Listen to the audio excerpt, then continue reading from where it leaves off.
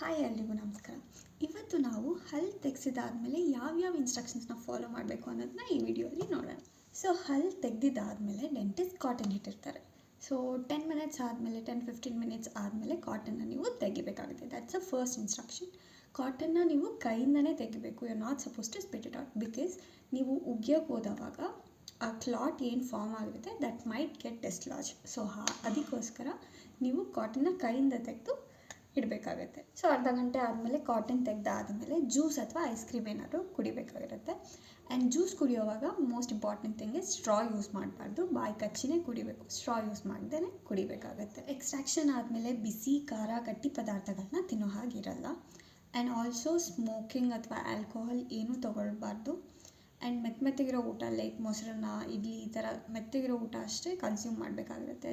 ಚಪಾತಿ ಆ ಥರ ಎಲ್ಲ ಕನ್ಸ್ಯೂಮ್ ಮಾಡಬಾರ್ದು. ಮೋಸ್ಟ್ ಇಂಪಾರ್ಟೆಂಟ್ಲಿ ಹಲ್ಲು ತೆಗೆದಿರೋ ಜಾಗ ಏನಿದೆ ಆ ಜಾಗದಲ್ಲಿ ಪಿನ್ ಹಾಕೋದು ಅಥವಾ ಕೈ ಇಟ್ಕೊಳ್ಳೋದು, ನಾಲ್ಗೆ ಇಡೋದು ಆ ಥರ ಎಲ್ಲ ಮಾಡಬಾರ್ದು. ಆ ಥರ ಮಾಡಿದ್ರೆ ಇನ್ಫೆಕ್ಷನ್ ಆಗುತ್ತೆ. ಸೊ ಅದನ್ನು ಅವಾಯ್ಡ್ ಮಾಡಿಬಿಟ್ಟು ಯಾವ ಕಡೆ ಹಲ್ಲು ತೆಗೆದಿರ್ತಾರಲ್ವ ಆ ಕಡೆ ಬಿಟ್ಟು ಆಪೋಸಿಟ್ ಸೈಡಲ್ಲಿ ತಿನ್ನಬೇಕಾಗತ್ತೆ.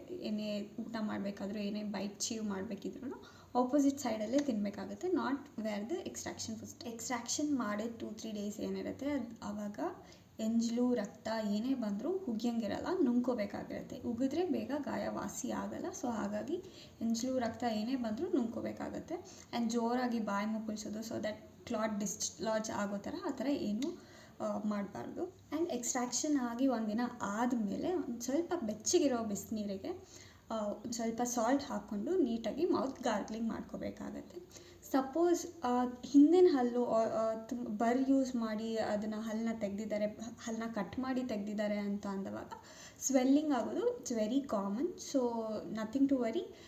ಟ್ಯಾಬ್ಲೆಟ್ಸ್ ಏನು ಕೊಟ್ಟಿರ್ತಾರೆ ಅದನ್ನು ತೊಗೋಬೇಕು. ಆ್ಯಂಡ್ ಆಲ್ಸೋ ಐಸ್ ಪ್ಯಾಕ್ ಏನಿರುತ್ತೆ ಅದನ್ನು ಐಸ್ ಪ್ಯಾಕ್ನ ನೀಟಾಗಿ ಇಟ್ಕೋಬೇಕಾಗತ್ತೆ. ಹಲ್ಲು ತೆಗಿಯೋ ಮುಂಚೆ ಲೋಕಲ್ ಅನೆಸ್ಥೀಷಿಯಾ ಕೊಟ್ಟಿರ್ತಾರೆ. ಸೊ ಅದರ ಎಫೆಕ್ಟ್ ಸಬ್ಸೈಡ್ ಆಗ್ತಾ ಬರುತ್ತೆ ಹಾಫ್ ಆನ್ ಅವರ್ ಆದಮೇಲೆ. ಆ್ಯಂಡ್ ಡ್ಯೂರಿಂಗ್ ದ್ಯಾಟ್ ಟೈಮ್ ಆ ಹಲ್ಲು ಕಚ್ಕೊಳ್ಳೋದು ಅಥವಾ ತುಟಿ ಕಚ್ಕೊಳ್ಳೋದು ಆ ರೀತಿ ಎಲ್ಲ ಏನೂ ಮಾಡಬಾರ್ದು.